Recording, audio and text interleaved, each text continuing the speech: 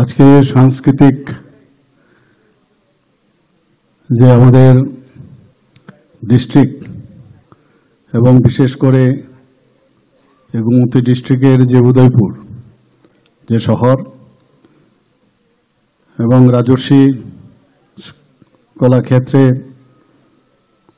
যে রাজ্যভিত্তিক নাট্য উৎসব 2025-এর সেই উপলক্ষে আমাদের মাঝে উপস্থিত আছেন ত্রিপুরা সরকারের মাননীয় মন্ত্রী, যিনি একটু আগে ওনার মূল্যবান বক্তব্য এবং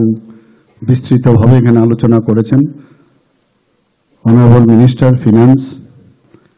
শ্রী প্রণজিৎ সিংহ রায় মহোদয়, অনারেবল সভাধিপতি গোমতী জেলা পরিষদের শ্রী দেবলদেব রায় মহোদয়, শ্রী রামপদ জমাতিয়া অনারেবল এমএলএ এবং প্রাক্তন মন্ত্রী, শ্রী অভিষেক দেবরায় অনারেবল এমএলএ,